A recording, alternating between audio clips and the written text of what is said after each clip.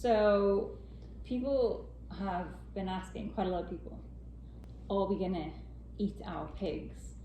And there's Yes.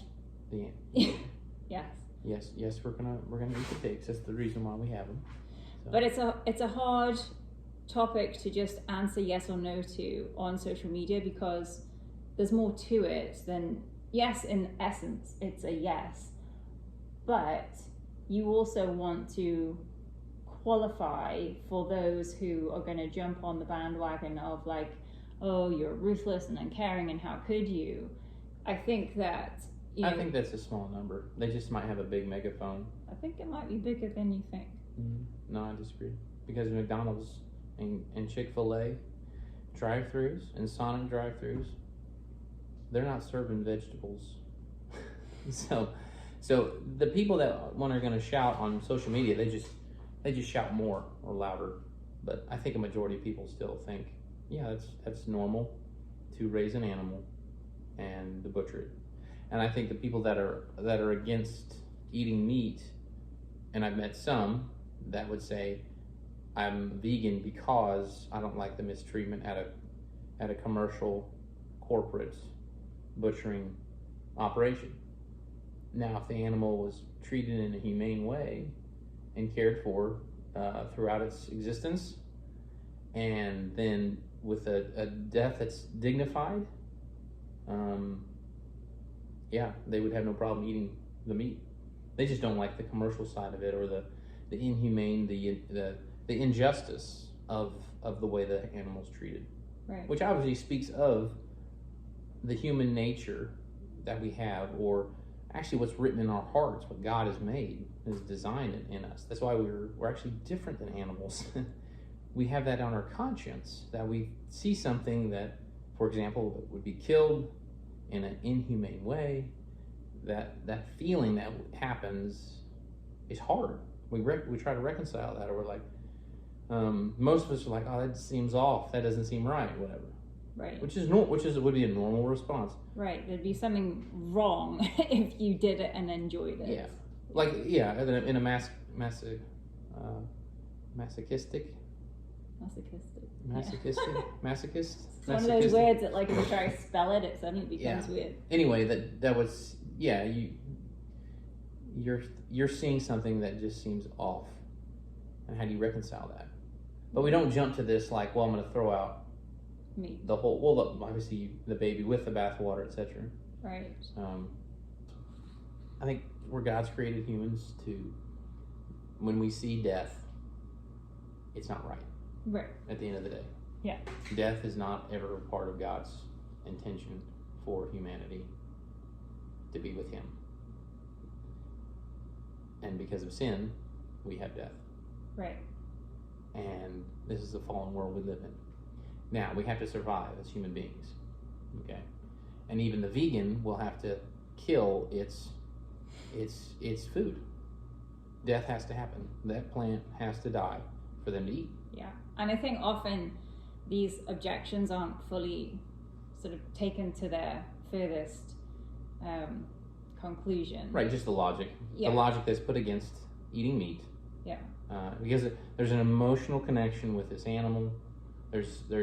Your feelings are so ingrained and mixed in everything you see about this animal, and obviously we even put on human characteristics or human attributes to this animal that aren't necessarily true.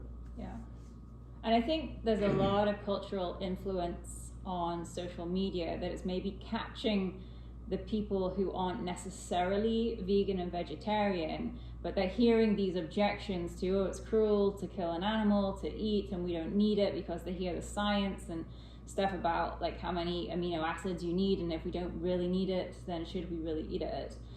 But say, for example, when we moved onto our homestead and I wrote home to my mum and dad and said, oh, we're going to raise chickens, to put chickens in our freezer and, animals. And your mom and dad were in England? In England. Okay. And so European influence. My dad straight away was like, you can't do that. You just, you can't raise animals that and, butcher them. It's just kind of inhumane in a way.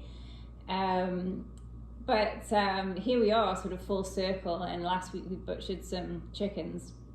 And after it was all packaged and labeled, ready for the freezer, looking like it came from the supermarket, grocery store, I sent a picture to my dad and I said, home raised, you know, they lived their best life on grass. There was no overcrowded situations, sunshine and grass every day. There was no then transporting, you know, where they're all packed into crates on a lorry for long journeys. And they were, you know, packed on it. Oh, hauled on a truck. Sorry. Not a girl named Lori. And then, you know, it was a 3-second death before they even knew it. And so, you know, showing him that photo with those conditions, you know, both my mum and dad replied, can't get better than that, you know? And I think that's what the people who are getting sort of like caught up in the conversation don't stop to think about actually what it means to do it yourself. Like how the better side of it for the animal. Well, and I would say 99%, that's a big number. Okay, almost making up statistics. Gross again. generalizations. Oh. Statistics are so fun. But I would say a majority, I would say almost all vegans who throw a fit about people killing meat, they have never done it themselves. Oh yeah. And they've never even raised the animal. For sure. And then there's the bandwagon people. They would just jump on the megaphone with them and keep shouting with them to grow this agenda because it's a trend. I think it's just where people want to hop on a trend and just roll with it, you know. Right. And then in and of themselves, and this is kind of more the human condition where we want to feel like we're righteous in doing that. Like I am championing a justice for this inhumane or this cruelty of whatever of sorts. And at the end of the day, people need to survive. I mean, if you roll back through what the public education system has taught kids, and now they've grown up in this whole history, and they go back to those early cave-dwelling folks that were the hunter-gatherers. What did they do to survive? Well, they hunted and they gathered. And so it's already part of the history of like, well, at the end of the day, you need to survive. Right. And I think that the vegan folks that jump out, those who scoff and are adamantly against eating meat, if you want to be a vegan and just do it. Stay in your own lane. Well, I mean, if you want to do it, I mean, go for it. You have that freedom. You have Right. that privilege. Isn't that wonderful that we have that country or some certain countries that have that variety, you know? But it would be wrong for us to say, well, how dare you be a vegan or whatever, because that's the same thing you're telling those who eat meat. Yeah. And I think what you said about indigenous people or people in sort of, you know, this being like a Western world thinking, because you're talking about, you know, different African nations or Indian nations where they wouldn't grow up tribe in the Amazon kind of going, oh, well, you know, I can't do this. It's a means of survival. And maybe it's the convenience that we have that sort of like separates us from what it means to survive. Because you still have all the convenience of the world or the first world luxuries, and then have those choices to be able to do that. But at the end of the day, that the idea of learning how to survive was what everyone has been taught to, like, well, that's been happening since man has been around, learning to survive. And so, but biblically, if you look at the story and you read Genesis, like Adam and Eve were eating actually vegetables. Okay, so then the Christian can jump on that one, be like, well, you see at the beginning, we were eating vegetables. So, and yes, but then you read the story more, and then you get to Noah, and after the flood, the global flood, then God's like, now you can eat meat, survive, and that's okay. And then but by reading Genesis, and helps get us as for humanity, for man to get a right perspective on what God's created and how we're to steward it, and how are we to rule over and subdue, as what it says in Genesis 1, and put those things in the right order. Yeah, and into that story comes management and stewardship, because you need to manage populations of animals. And I was talking to Caleb about how if we didn't raise certain animals for meat, then what's the bigger picture from that? So okay, we turn all pigs loose because we're not going to eat them for meat anymore, and so they go into the wild. So now either there's a mass population of feral hogs in the wild that need to be culled anyway, and then what happens to those?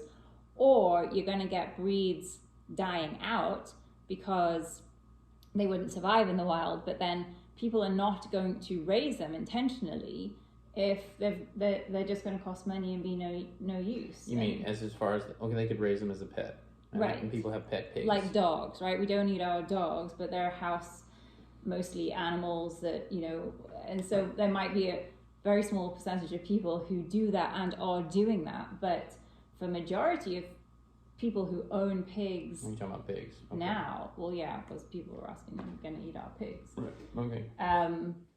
Or chickens. Chickens give eggs, so that's kind of different, but with the pigs, they're primarily a meat animal, and so if we weren't raising them for meat, what I'm saying is that big picture is that a lot of the breeds would die out, and you'd then sort of maybe get this one type of feral hog after they'd all interbred that was sort of grey and hairy with tusks, the sort of the Pumbaa that you see on the Lion King type animal. A warthog, yeah.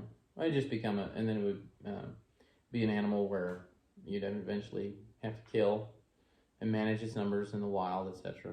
Right. And then so they'd have to be culled anyway. So there might be a hunting season of sorts. Then you don't eat the meat. You have a deer season, and you eat the meat. It's okay to do. And obviously that's a population control thing too. Those in the vegan camp usually aren't versed in like the animal management language, and like what like for Missouri, the Department of Conservation has a yearly deer season, and it depends on what you can take per county sometimes, and obviously there's a disease that gets in the herds of deer, usually due to overpopulation. And so it's necessary to control those numbers so that the disease doesn't wipe out the entire population, to have a season to take the numbers out and lower them. The other thing is for deer, right? They're on the roads and they're going to smash your Prius up to pieces. And your insurance company will you'll total your Prius. Right. Insurance premiums. So go up. The other last point I was going to make, which is the same thing the hog would do. You hit a hog, your Prius is done. Yeah, especially a full size one. Going back to the vegan group, or that sort of like camp of people who, what is Jeremy? What's not a camp? Shouldn't say vegans. It's those who just hate on eating meat. No. What I was actually going to describe the thought, or people who share in the thought of we shouldn't take tractors and all that machinery into the forest because it's destroying the forest floor, and there's tiny little animals and micro animals, bacteria and things are going to get harmed, right? I don't know, for me it seems to fall in with the same conversation as veganism and vegetarian, but I think these two paradigms need to be brought together, because if on one hand you're saying don't hurt the trees because they've got this advanced communication system where a network like an internet, it's intelligent in the forest floor, like in the root system. What's the movie? Avatar, right?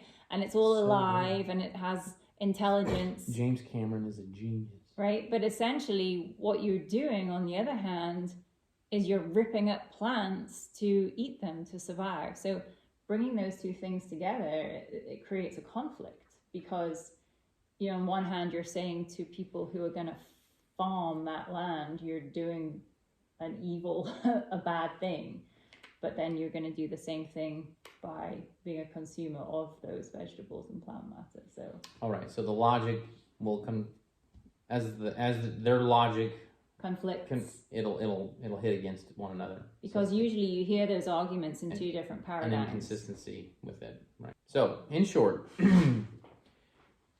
as wonderful creatures as they are, and God's given them to us to take care of, we will raise them to either eat for meat or to sell to other families who want to enjoy raising them as well, and so that they are able to sustain and raise animals to survive, and have that freedom to do that and enjoy that, because that's a gift from God, and that's okay. And so, yeah. Thanks for watching or listening. And let us know what you think in the comments below. Hate mail.